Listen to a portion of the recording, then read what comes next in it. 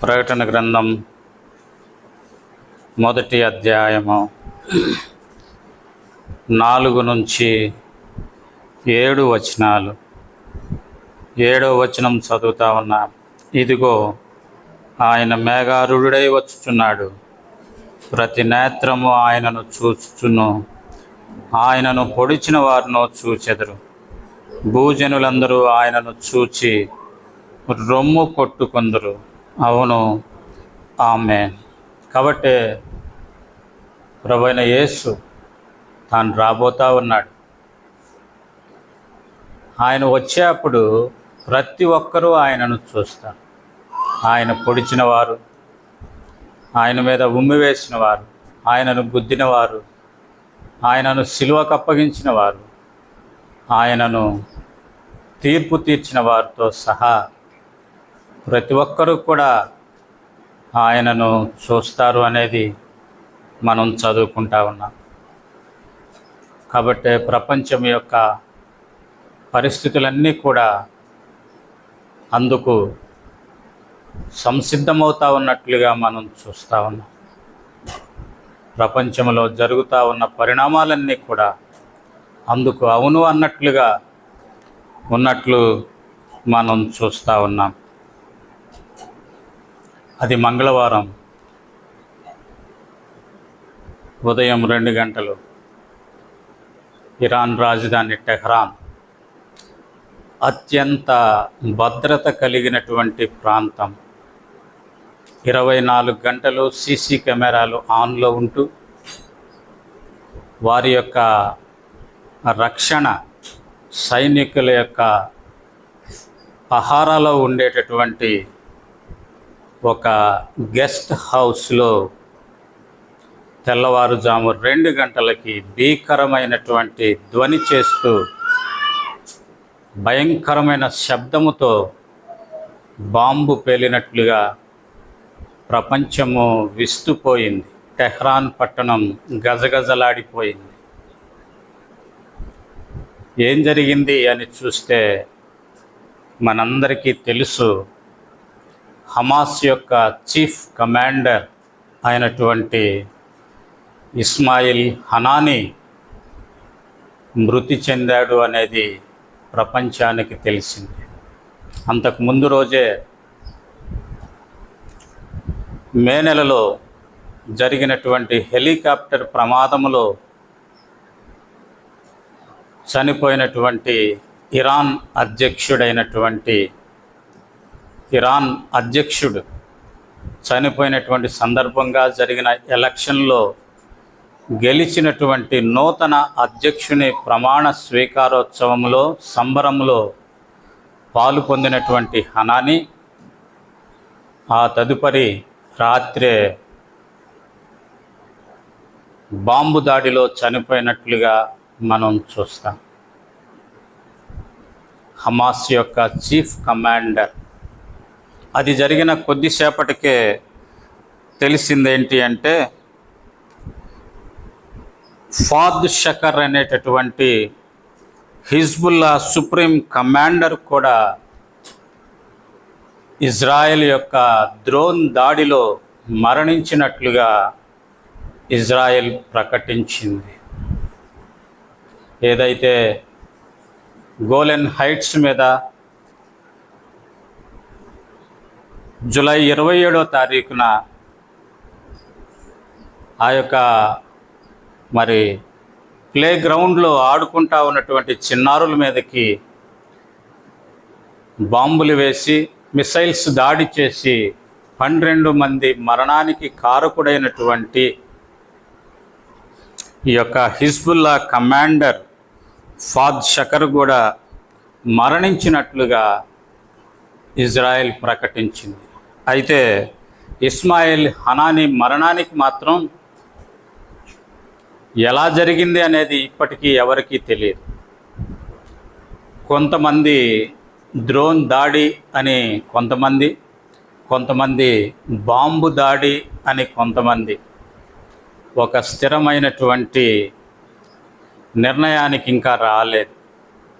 దానికి ముందుగానే జూలై నెల 13వ తారీఖులో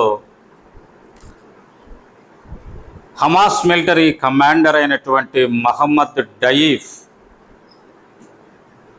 ఖాన్ యూనిస్లో ఉన్నప్పుడు జరిగినటువంటి దాడిలో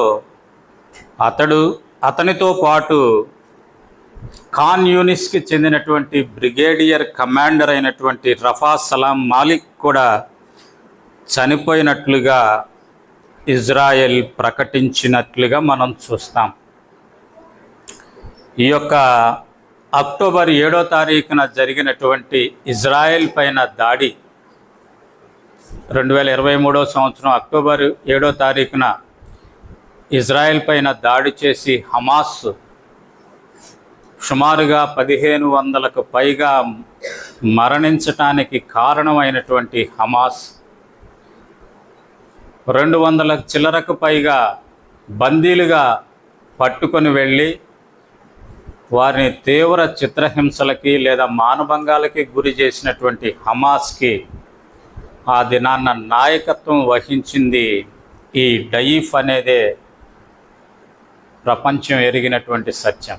అటువంటి వ్యక్తులను హమాస్, హిజ్బుల్లాకి చెందినటువంటి తీవ్రవాద సంస్థల యొక్క ముఖ్యమైనటువంటి నాయకులను ఒకరి వెంబడి ఒకరిని ఇజ్రాయెల్ హతమార్చినట్లుగా మనం చూస్తూ ఉన్నాం.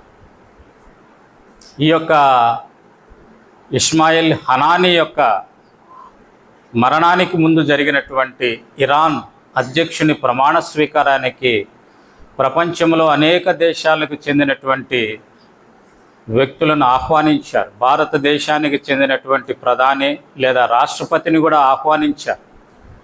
అయితే వారు వెళ్ళకుండా అక్కడికి మన మంత్రి అయినటువంటి మన మంత్రిని పంపించినట్లుగా మనం చూస్తాం. ఆ మంత్రి వెళ్ళి అక్కడ ఆ ప్రమాణ స్వీకారోత్సవంలో అరబీ భాషలో వీరు చేసినటువంటి ప్రమాణ స్వీకారోత్సవ సమయంలో చేసిన నినాదాలు ఏంటంటే అమెరికాకి మరణం, ఇజ్రాయెల్కి మరణం, అమెరికాకి నాశనం, ఇజ్రాయెల్కి నాశనం, ఇరాన్కి విజయం అని వారు ప్రమాణాలు అంటే పెద్ద పెట్టున వారు నినాదాలు చేసినట్లుగా మనం చూస్తాం. అయితే తెల్లవారేసరికి ఇటువంటి భయంకరమైనటువంటి వారి ముఖ్య పట్టణంలోనే వారి అతిథిగా వచ్చినటువంటి ఈ హమాస్ యొక్క చీఫ్ కమాండర్ హతమైనట్లుగా మనం చూస్తాం. దీని ఫలితంగా ఈ యొక్క ఇరాన్ యొక్క సుప్రీం కమాండర్ అయినటువంటి ఇరాన్ యొక్క సుప్రీం కమాండర్ అయతుల్లా అలీ ఖమైనీ అనేటటువంటి అతను ఇజ్రాయెల్ పైకి యుద్ధాన్ని ప్రకటించినట్లుగా మనం చూస్తాం. ఇజ్రాయెల్ పైకి అతడు ఎప్పుడైతే యుద్ధాన్ని ప్రకటించాడో అమెరికా యుద్ధ నౌకలను ఇజ్రాయెల్కి అండగా పంపించినట్లుగా మనం చూస్తూ ఉన్నాం. కాబట్టి ప్రపంచం ముంగిట యుద్ధ భయము, యుద్ధ బీభత్సవము కనబడతా ఉన్నది అనేది మనం గమనిస్తూ ఉన్నాం. కాబట్టి ఇవన్నీ కూడా ప్రభు యొక్క రాకడకి సాదృశ్యము అనేటటువంటిది మనం చూస్తాం. ఈ యొక్క ఇరాన్కి అండగా యెమెన్, టర్కీ, లెబనాన్ అనేటటువంటి దేశాలు వంతపడినట్లుగా మనం చూస్తాం. వీటికి తోడుగా మనం గత వారం చూసినట్లుగా రష్యా, చైనా, ఉత్తర కొరియా అనేటటువంటివి ఇరాన్కి మద్దతుగా ఉన్నట్లుగా మనం చూస్తాం. కాబట్టి ఈ రీతిగా మరి జరుగుతూ ఉన్నటువంటి 2 కూటములుగా ప్రపంచం విభజించబడి యుద్ధపు అంచుల్లోనికి నెట్టబడతా ఉన్నటువంటి సమయంలో మనమట్టుకు మనం మెలకువ కలిగినటువంటి వారంగా ప్రభు వస్తా ఉన్న దానికి సూచనలు, ప్రభువా ఇవన్నీ ఎప్పుడు జరుగును అని యేసుక్రీస్తు వారిని ఆయన శిష్యులు అడిగినప్పుడు ప్రభువు చెప్పినటువంటి సమాధానం ఏంటిదంటే మత్తయి సువార్త 24వ అధ్యాయంలో యుద్ధములు గూర్చిన సమాచారము, కరువు, ఆ తర్వాత రాజ్యం మీదకి రాజ్యము, జనం మీదకి జనము కదా, ఇవన్నీ కూడా సంభవిస్తాయి. ఇవన్నీ సంభవిస్తూ ఉన్నాయి అంటే ప్రభు రాకడ సమీపించింది అనేది మనం చూస్తాం.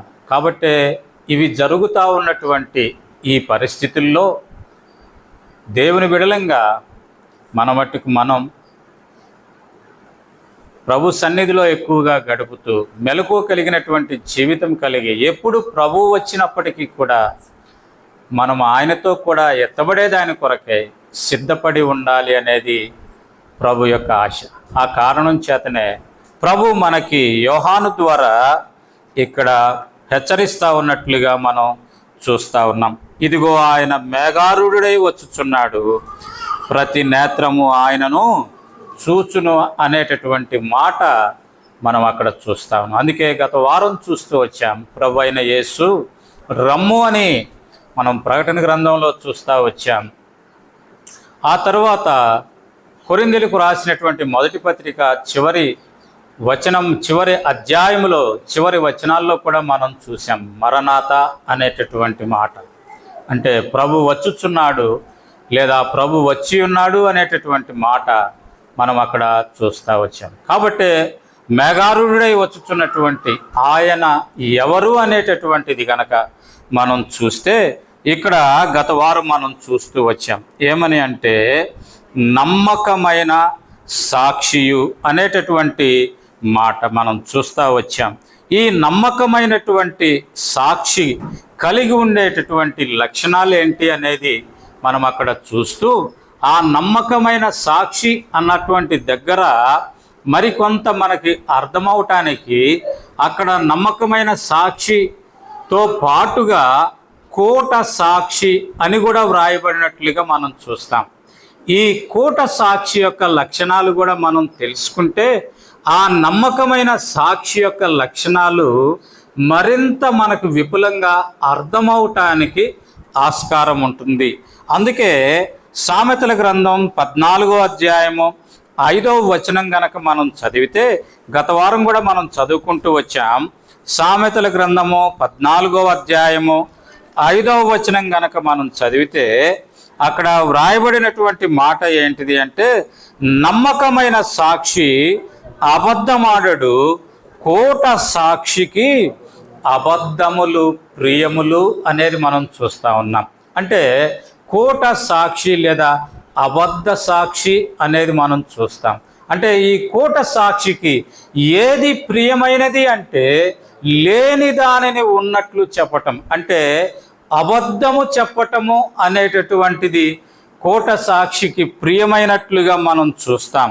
ఇదే సామెతల గ్రంథము 12వ అధ్యాయము 17వ వచనం గనక మనం చూస్తే, సామెతల గ్రంథము 12వ అధ్యాయము 17వ వచనం గనక మనం చూస్తే అక్కడ వ్రాయబడిన మాట ఏంటిదంటే, సత్యవాద ప్రియుడు నీతిగల మాటలు పలుకును, కోట సాక్షి మోసపు మాటలు చెప్పును. కాబట్టి మొదటిదిగా అతడు అబద్ధాలు, అంటే అతని నోట నుండి వచ్చేవి అబద్ధాలు అనేది మనం చూస్తూ ఉన్నాం. రెండవదిగా అతని నోట నుండి వచ్చేవన్నీ కూడా మోసపు మాటలు అనేది మనం చూస్తాం. అంటే అతని నైజమే మోసగించటము అనేటటువంటిది మనం చూస్తాం. కాబట్టి సాతాను యొక్క మొట్టమొదటి నైజం ఏంటిది అంటే అతడు అబద్ధికుడు, అతడు మోసగాడు. ఆ రీతిగానే వాడు ఆదాము అవ్వని మోసగించినట్లుగా మనం చూస్తాం. ఇది నిజమా అని ప్రశ్న వేసి ఆ యొక్క అవ్వని మోసగించడం ద్వారా వారు ఆ రీతిగా పతనమైపోవటానికి వాడు కారకుడైనట్లుగా మనం చూస్తాం. ఈనాడు కూడా మన మధ్య అనేకులు ఆ రీతిగా ఉంటా ఉన్నారు. కనుకనే ప్రియమైన సహోదరుడా, ప్రియమైన సహోదరి, అట్టి వారి విషయమై మనం జాగ్రత్త కలిగి ఉండాలనేది దేవుని యొక్క ఆశ. అదే సమయంలో నీవు నేను కూడా అట్టి వాటికి విముఖులమై సత్య సాక్షులంగా ఉండాలనేది దేవుని యొక్క ఆశగా మనం చూస్తూ ఉన్నాం. తర్వాత మూడవదిగా చూస్తే సామెతల గ్రంథం 6వ అధ్యాయము 19వ వచనాన్ని కనుక మనం చూస్తే, సామెతల గ్రంథము 6వ అధ్యాయము 19వ వచనం గనక మనం చూస్తే, లేని వాటిని పలుకు అబద్ధ సాక్షియు అన్నదమ్ములలో జగడములు పుట్టించువారు అనేది మనం చూస్తా ఉన్నాం. కాబట్టి అన్నదమ్ములలో జగడములు పుట్టించేటటువంటి వారు వీరు అనేది మనం చూస్తాం. వారు 16వ వచనం గనక మనం చూస్తే, యెహోవాకు అసహ్యమైనటువంటి వారు అనేది మనం చూస్తూ ఉన్నాం. కాబట్టి ఈనాడు దేవుని యొక్క బిడ్డలంగా మనం దేవుని సంఘాల్లో కానీ కుటుంబాల్లో కానీ మనం గమనిస్తూ ఉన్నది ఏంటంటే, ఈ రీతిగా అబద్ధాలు చెప్పి మోసపు మాటలు చెప్పి సంఘాల్లో జగడాలు, కుటుంబాల్లో జగడాలు కల్పించేటటువంటి వారుగా ఉన్నట్లుగా మనం చూస్తూ ఉన్నాం. ఇదే సామెతల గ్రంథం 25వ అధ్యాయం 18వ వచనాన్ని కనుక మనం గమనిస్తే, 25వ అధ్యాయము 18వ వచనం కనుక మనం గమనిస్తే, అక్కడ వ్రాయబడతా ఉన్నటువంటి మాట ఏంటిది అంటే, మనం తన పొరుగువాని మీద కోట సాక్ష్యము పలుకువాడు సమ్మెటను ఖడ్గమును వాడిగల అంబును పోలినటువంటి వాడు అనేది మనం చూస్తా ఉన్నాం. కాబట్టి కోట సాక్షి ఎలాంటి వాడు అంటే, సమ్మెటను ఖడ్గమును వాడిగల అంబును పోలినటువంటి వాడు. అంటే ఖడ్గము, సమ్మెట ఇవన్నీ దేనికి ఉపయోగిస్తాయంటే, ఎదుటి వ్యక్తిని హతమార్చేదాని కొరకై, ఆత్మీయంగా మా యొక్క విశ్వాసుల్ని మరి ఆత్మీయంగా చంపేదాని కొరకై ఈ యొక్క కోట సాక్షి ప్రయత్నిస్తూ ఉన్నట్లుగా మనం చూస్తాం. కాబట్టి ప్రియమైన సహోదరుడా, ప్రియమైన సహోదరి, మనం ఇటువంటి వారి విషయమై జాగ్రత్త కలిగి ఉండాలనేది దేవుని యొక్క ఆశ. 5వదిగా మనం గమనిస్తే, సామెతల గ్రంథం 21వ అధ్యాయము 28వ వచనాన్ని కనుక మనం గమనిస్తే, అక్కడ వ్రాయబడిన మాట ఏంటంటే, కోట సాక్షి నశించును, విని మాట్లాడువాడు సత్యము పలుకును. కాబట్టి పైన 27వ వచనం చదువుతా ఉన్నాం, భక్తిహీనులు అర్పించు బలులు హేయములు, దురాలోచనతో అర్పించిన అవి మరి హేయములు అనేటటువంటిది మనం అక్కడ చూస్తా ఉన్నాం. కాబట్టి కోట సాక్షికి చివరికి కలిగేటటువంటి ఫలితం ఏంటిది అంటే నాశనము అనేటటువంటిది మనం చూస్తా ఉన్నాం. వాడు అబద్ధమాడతాడు, వాడు మోసగిస్తాడు, వాడు జగడం కల్పిస్తాడు, వాడు ఇంకా ఏం చేస్తాడు, చంపటానికి సైతం, అవసరమైతే చంపటానికి సైతం వాడు ప్రయత్నిస్తాడు. అయితే వాడికి అంతిమంగా కలిగేటటువంటి ఫలితం ఏంటిదంటే వాడికి నిత్య నాశనము అనేటటువంటిది మనం గమనిస్తా ఉన్నాం. కనుక ప్రియమైన సహోదరుడా, ప్రియమైన సహోదరి, నేను ఆ జీవితాల్లో ప్రభు ఏ రీతిగా అయితే ఆయన నమ్మకమైన సాక్షిగా ఉంటూ వచ్చాడో, నీవు నేను కూడా అట్టి నమ్మకమైన సాక్షిగా మనం ఉండాలనేది దేవుని యొక్క ఆశ. గతంలో మన పాత జీవితంలో పాత నైజం బహుశా కోట సాక్షి అయ్యుండొచ్చు. అయినప్పటికీ ప్రభు ప్రేమ, ప్రభు కాచిన రక్తము ద్వారా ప్రభు నన్ను శుద్ధీకరించి నీ పాప జీవితం నా పాప జీవితాన్ని కడగటము ద్వారా ప్రభు నన్ను సత్య సాక్షిగా ఆయన మారుస్తూ ఉండగా, మార్చి ఉండగా, మనం అట్టి జీవితం కలిగిన వారంగా మన జీవితాన్ని కొనసాగించాలనేటటువంటిది దేవుని యొక్క ఆశగా మనం చూస్తూ ఉన్నాం. అయితే ఈ సత్య సాక్షి అయినటువంటి ఆ ప్రభువు ఏ విషయాల్లో ఆయన నమ్మకమైనటువంటి వాడు అనేటటువంటిది బైబిల్లో కొన్ని మాటలు మనం చూసి ముందుకు కొనసాగటానికి ప్రయత్నం చేద్దాం. ఆయన ఏ విషయాల్లో నమ్మకమైన వాడు అంటే, కొరింథీయులకు రాసిన మొదటి పత్రిక 10వ అధ్యాయము 13వ వచనాన్ని కనుక మనం చూస్తే, కొరింథీయులకు రాసిన మొదటి పత్రిక 10వ అధ్యాయము 13వ వచనాన్ని కనుక మనం చూస్తే, అక్కడ వ్రాయబడతా ఉన్నటువంటి మాట, సాధారణముగా మనుషులకు కలుగు శోధన తప్ప మరి ఏది మీకు సంభవింపలేదు. దేవుడు నమ్మదగిన వాడు, మీరు సహింపగలిగినంత కంటే ఎక్కువగా ఆయన మిమ్మును శోధింపబడనీయుడు. అంతేకాదు, సహింపగలుగుటకు ఆయన శోధనతో కూడా తప్పించుకుని మార్గమును కలుగజేయును అనేటటువంటిది మనం చూస్తా ఉన్నాం. కాబట్టి ఆయన ఏ విషయంలో నమ్మకదగినటువంటి దేవుడు అంటే శోధన సమయంలో ఆయన నమ్మదగినటువంటి దేవుడు అనేది మనం చూస్తా ఉన్నాం. ఒకవేళ మన జీవితంలో శోధన కలిగినప్పుడు ఆ శోధన సహించుకోవటానికి కావలసినటువంటి శక్తి యుక్తిని ఆయన మనకు అనుగ్రహించేటటువంటి దేవుడు అనేది మనం అక్కడ చూస్తూ ఉన్నాం. అంతేకాకుండా మనము సహించలేనంతటి శోధన మన జీవితంలోనికి ఆయన అనుమతించడు అనేటటువంటిది మనం చూస్తూ ఉన్నాం. కనుక ప్రియమైన సహోదరుడా, ప్రియమైన సహోదరి, అనేక పర్యాయాలు మన జీవితాల్లో కలిగేటటువంటి శోధనల్లో మనము ప్రభు సహాయాన్ని ఎప్పుడైతే కోరతామో, ప్రభు సన్నిధిలో మనం ఎప్పుడైతే ప్రభుని గోజాడతామో ఆ శోధనలన్నిటిలో నుండి నేను తప్పించబడగలిగినటువంటి వారంగా మనం ఉంటాం. అందుకే యాకోబు పత్రికలో మనకు రాయబడతా ఉన్నటువంటి మాట ఏంటంటే శోధన సహించువాడు ధన్యుడు. కాబట్టి ఆ శోధన ప్రభు నీ నా జీవితంలో ఎందుకు అనుమతిస్తా ఉన్నాడంటే నేను ఆశీర్వదించబడేదాని కొరకై, నన్ను ధన్యుడిగా చేసేదాని కొరకై ఆ శోధన అనుమతిస్తా ఉన్నాడు. అదే సమయంలో శోధన సహించేటటువంటి శక్తి ఇస్తా ఉన్నాడు. అదే సమయంలో నీ శక్తికి మించినటువంటి శోధనని ఆయన అనుమతించకుండా ఉన్నట్లుగా మనం చూస్తాము. కాబట్టి ఆయన ఏ విషయంలో నమ్మదగినటువంటి దేవుడు అంటే శోధన సమయంలో ఆయన నమ్మదగినటువంటి దేవుడిగా నేను ఆ జీవితాలకు ఉన్నట్లుగా మనం చూడగలుగుతా ఉన్నాం.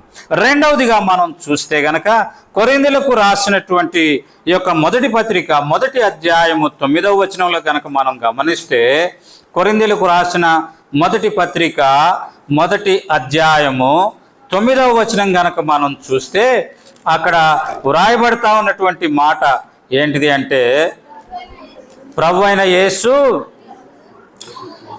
అను తన కుమారుని సహవాసమునకు మిమ్మల్ని పిలిచిన దేవుడు నమ్మదగిన వాడు అనేది మనం చూస్తా ఉన్నాం. కాబట్టి మన యొక్క ప్రతి పరిస్థితుల్లో ఆయన పిలిచినటువంటి ఆ సహవాసాన్ని ఎన్నడే కానీ వమ్ము చేసేటటువంటి దేవుడు కాదు అనేది మనం చూస్తూ ఉన్నాం.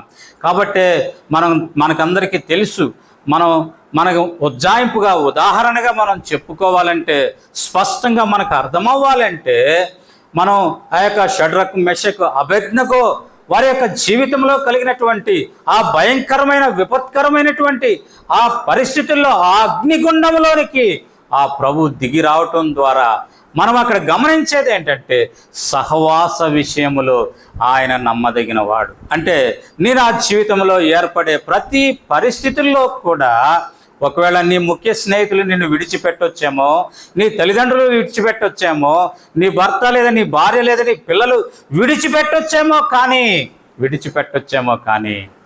నీవు నమ్మినటువంటి నీ దేవుడు మాత్రం ఎన్నడూ విడువనటువంటి దేవుడు, ఎన్నడూ ఎడబాయినటువంటి దేవుడు అనేది మనం గమనిస్తాం. కాబట్టి ఆయన దేనిలో నమ్మదగినటువంటి దేవుడు అంటే నీతో సహవాసము కలిగి ఉండే విషయంలో ఆయన నమ్మదగినటువంటి దేవుడు అనేది మనం గమనిస్తాం. అనేక పర్యాయాలు వృద్ధులైన తల్లిదండ్రులను బిడ్డలు విడిచిపెట్టేటటువంటి వారుగా, లేదా అనేక పర్యాయాలు అనేక విషయాలలో అనేక రీతులుగా మనల్ని విడిచిపెట్టేటటువంటి వారుగా, నిందించేవారుగా, అవమానపరిచేవారుగా ఉన్నప్పటికీ కూడా, అందుకే బైబిల్ గ్రంథంలో రాయబడతా ఉన్నటువంటి మాట ఏంటిదంటే నీ ముఖ్య స్నేహితుని కూడా నమ్మవద్దు అనేది వ్రాయబడతా ఉంది.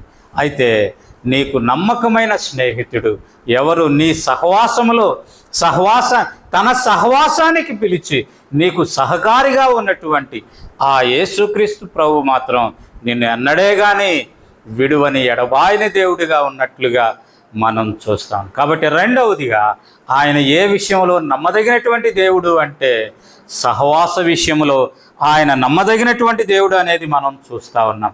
మూడవదిగా గనక మనం గమనిస్తే తెస్సలోనికైలకు రాసిన 2వ పత్రిక 3వ అధ్యాయము 3వ వచనాన్ని గనక మనం గమనిస్తే, తెస్సలోనికైలకు రాసిన 2వ పత్రిక 3వ అధ్యాయము 3వ వచనం గనక మనం అయితే ప్రభు నమ్మదగిన వాడు, ఆయన మిమ్మల్ని స్థిరపరచి దుష్టత్వము నుండి కాపాడును అనేది మనం చూస్తూ ఉన్నాం.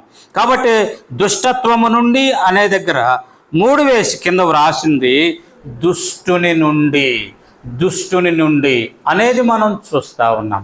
కాబట్టి దుష్టుడు మన జీవితంలో తీసుకొచ్చేటటువంటి ప్రతి పరిస్థితుల్లో నుండి ఆయన నిన్ను నన్ను కాపాడేటటువంటి దేవుడు. కాబట్టి నిన్ను నన్ను కాపాడే విషయంలో ఆయన నమ్మదగినటువంటి దేవుడు అనేది మనం చూస్తాము. అనేకమైనటువంటి పరీక్షా పరిశోధనలు మన జీవితంలో ఎదురవుతూ ఉన్నాయి. దుష్టులైనటువంటి వారు రాజు దగ్గరికి వెళ్ళారు. రాజా, ఈ శాసనం ఉంది కదా, కాబట్టి ఇదిగో దానియేలు నీకు గాక, అదిగో వారి దేవుడికి ప్రార్థన చేస్తూ ఉన్నాడు అన్నప్పుడు దానియేలుని తీసుకొని వచ్చి ఏం చేశారు?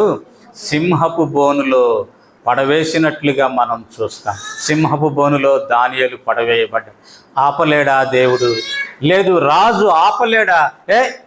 మీరు చెప్పేది నేను, నా ఇష్టం, ఇది నా రాజ్యం, నేను వెయ్యను అంటే ఏమవుతుంది కదండి? వెయ్యకుండా ఉంటాడు. అయితే రాజు మీద అపవాదు ఉంటుంది. రాజు తను సృష్టించిన తన ఆజ్ఞనే తానే మీరాడు కాబట్టి మనం కూడా మేరొచ్చు అనేది అపవాదు ఉంటుంది. అదే సమయంలో దేవుని యొక్క ఔన్నత్యాన్ని ఆ రాజు గ్రహించేవాడు కాదు. లేదు, మూడవదిగా ఆ దుష్టులు శాశ్వతముగా భూమి మీద లేకుండా నాశనమైపోయేవారు కాదు. కాబట్టే దేవుడు సింహపు బోనులో దానియేలు పడవేయబడటానికి అనుమతించి సింహాల నోరులు మూసి దానియేలుని కాపాడుతూ వచ్చాడు. అందుకే ఉదయాన్నే వచ్చి ఆ రాజు పలికినటువంటి మాట ఏంటిది అంటే, జీవము గల దేవుని సేవకుడు అయిన దానియేలు కదా అండి. అంతకుముందు ఎప్పుడైనా అన్నాడండి ఆ మాట ఆ రాజు?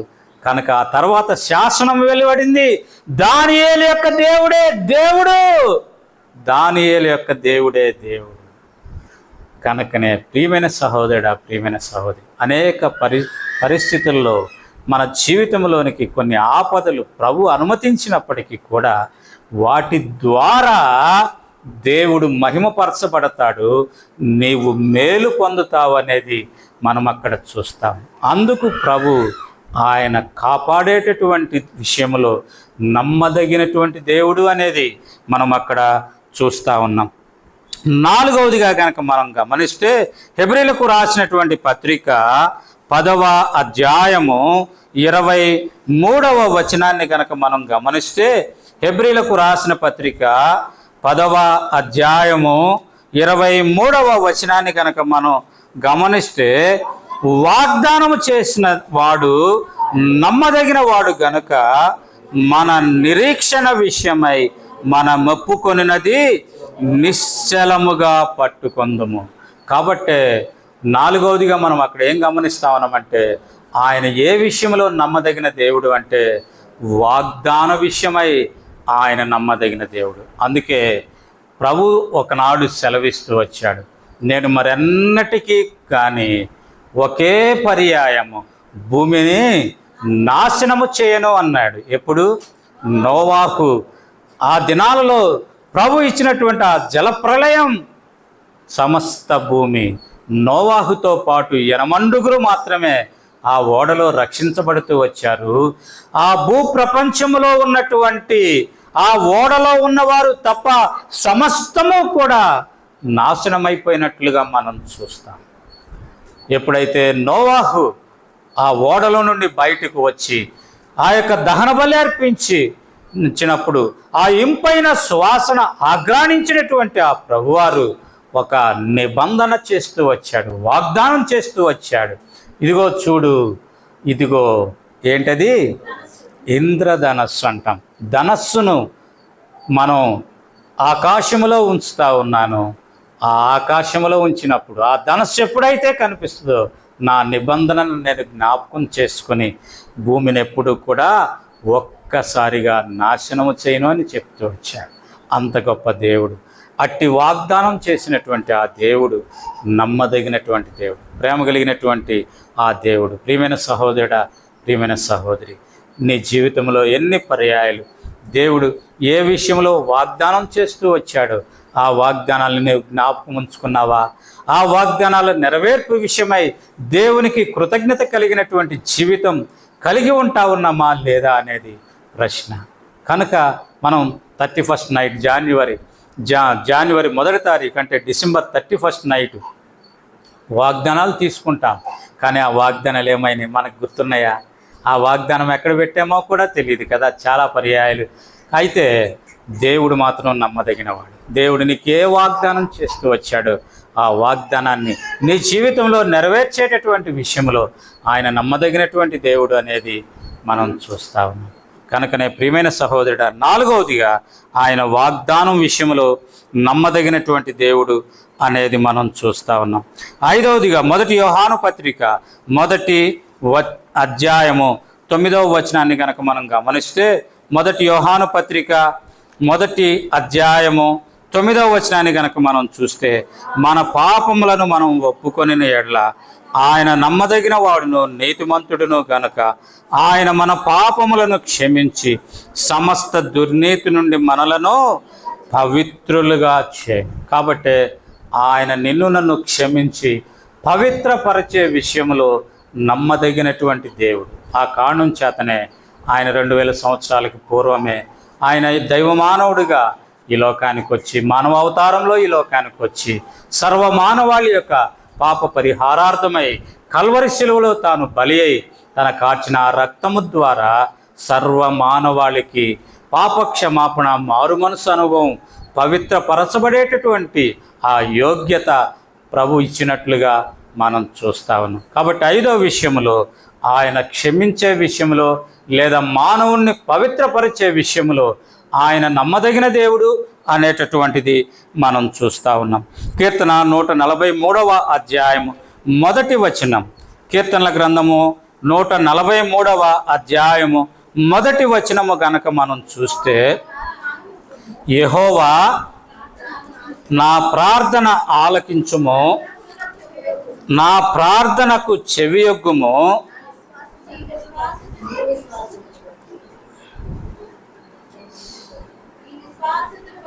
నీ విశ్వాస్యతను బట్టి నీ నీతిని బట్టి నాకు ఉత్తరమిమ్ము అనేటటువంటి మాట మనం అక్కడ చూస్తాం. కాబట్టి ఆయన విశ్వాస్యతను బట్టి, విశ్వాస్యత అంటే నమ్మకత్వము అనేటటువంటిది మనం అక్కడ చూస్తా ఉన్నాం. అంటే ఏ విషయంలో ఆయన నమ్మదగినటువంటి దేవుడు అంటే ప్రార్థనకు జవాబు ఇచ్చే విషయంలో ఆయన నమ్మకమైనటువంటి వాడు అనేది మనం చూస్తాం.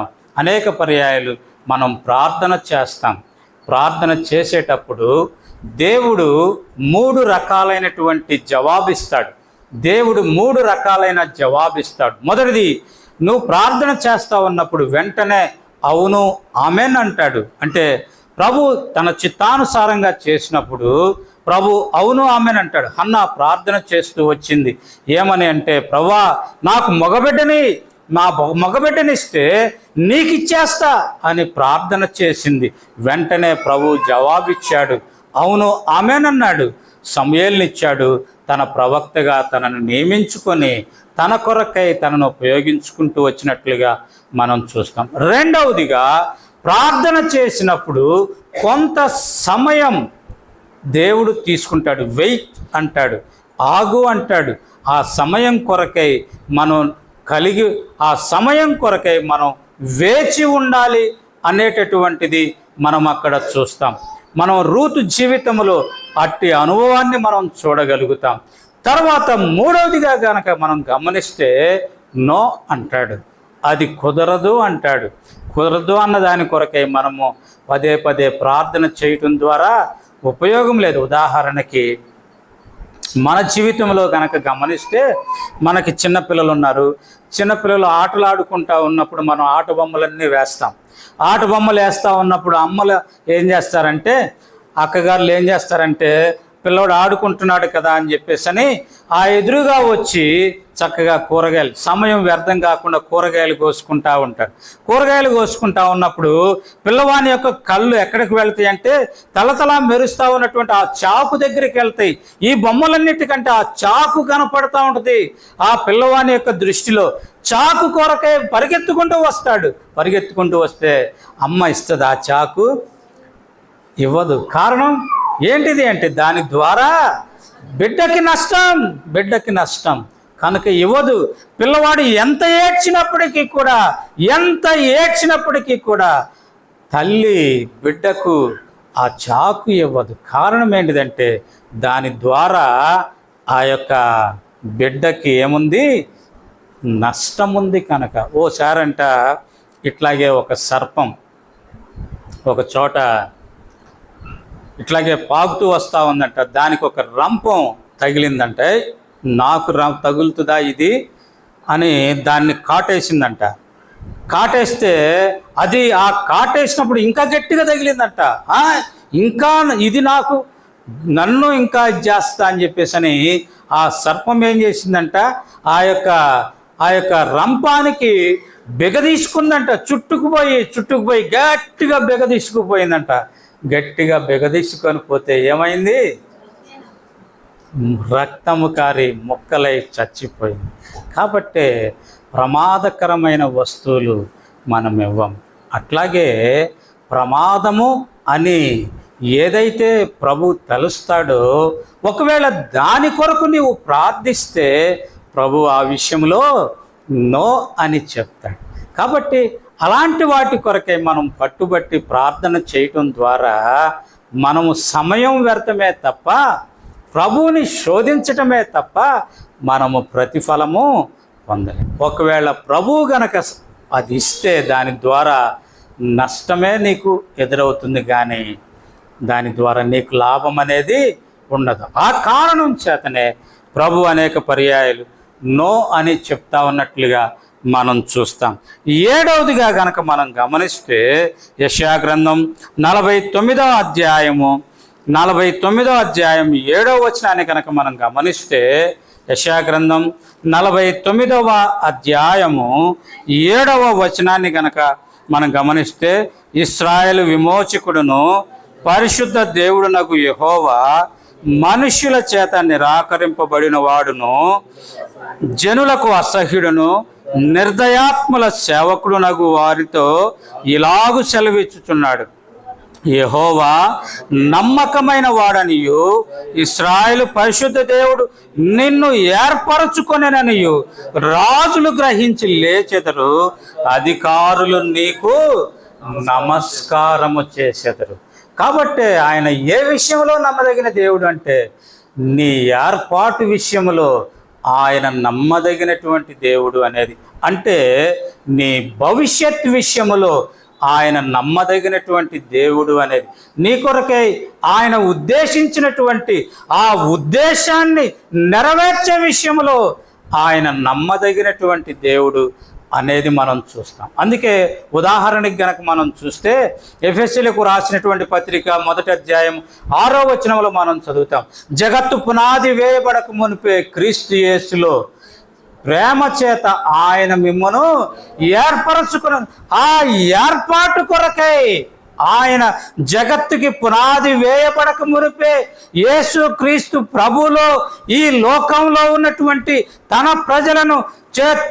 ప్రజలను చేసుకున్నటువంటి ఆ ఏర్పాటు కొనసాగించే దాని కొరకై తన అత్యున్నతమైనటువంటి ఆ సింహాసనాన్ని విడిచిపెట్టి తండ్రి సన్నిధిని విడిచిపెట్టి ఆయన ఈ లోకానికి దీనుడిగా రిక్తుడిగా ఆయన వచ్చి కల్వరి శిలువలో దాసుడిగా బలి అయిపోవటానికి ఆయన ఇష్టపడ్డాడు. కాబట్టి ఆయన ఎంత నమ్మదగిన దేవుడు అంటే నీ విషయమై ఆయన ఏర్పాటు విషయంలో ఎంతకైనా ఆయన నమ్మదగిన దేవుడు. అందుకే మనం చూస్తూ వచ్చాం విలాప వాక్యాల్లో మనం పోయినసారి 3వ అధ్యాయంలో మనం చూస్తాం, దేవా నీవెంతైనా నమ్మదగిన దేవుడు. కాబట్టి ఆయన ఎంతైనా నమ్మదగిన దేవుడు. ఏ విషయంలోనైనా ఆయన నమ్మదగినటువంటి దేవుడు అనేది మనం చూస్తాము. కాబట్టి నమ్మకమైన సాక్షి అయినటువంటి వాడు ఆయన ఏ విషయంలో నమ్మదగిన వాడు అనేటటువంటిది మనం చూస్తూ వచ్చాం. అయితే చివరిగా 2-3 మాటలు మాత్రం చూసి ముగించుకుందాం. సమయం అయిపోతా ఉంది కాబట్టి 2-3 మాటలు. కీర్తన గ్రంథం 101వ అధ్యాయము 6వ వచనం. కీర్తన 101వ కీర్తన 6వ వచనం. ఆయన నమ్మదగినటువంటి వాడే.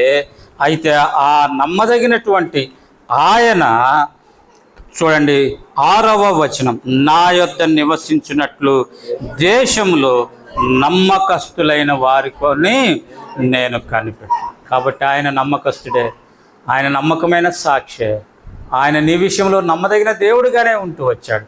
అయితే ఆయన తన దగ్గర ఉండేది ఆయన కొరకే, నమ్మకమైన వారి కొరకు ఆయన వెతుకుతా ఉన్నాడు. ఎందుకు ఈ నమ్మకమైన వారు, ఈ నమ్మకమైన వారి వల్ల కలిగేటటువంటి ప్రయోజనము ఏంటి అంటే రండి చూద్దాం. కీర్తన 32వ అధ్యాయము 10వ వచనం. 32వ కీర్తన 10వ వచనం.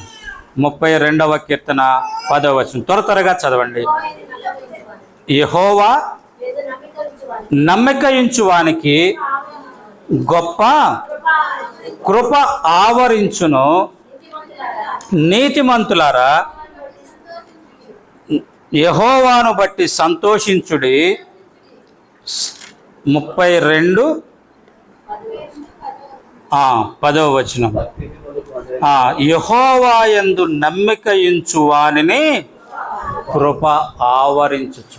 కాబట్టి మనం ఎప్పుడైతే దేవుని యందు నమ్మిక కలిగి ఉంటామో ఆయన కృపకు మనం పాత్రులంగా ఉంటాం.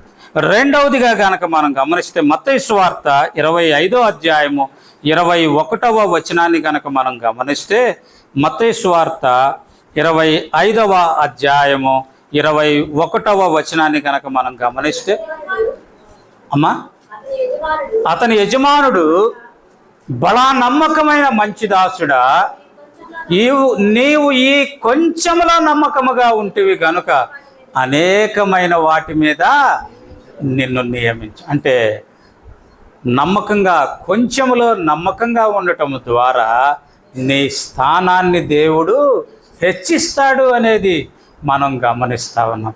మూడవదిగా గనక మనం గమనిస్తే సామెతల గ్రంథము 25వ అధ్యాయము 13వ వచనం.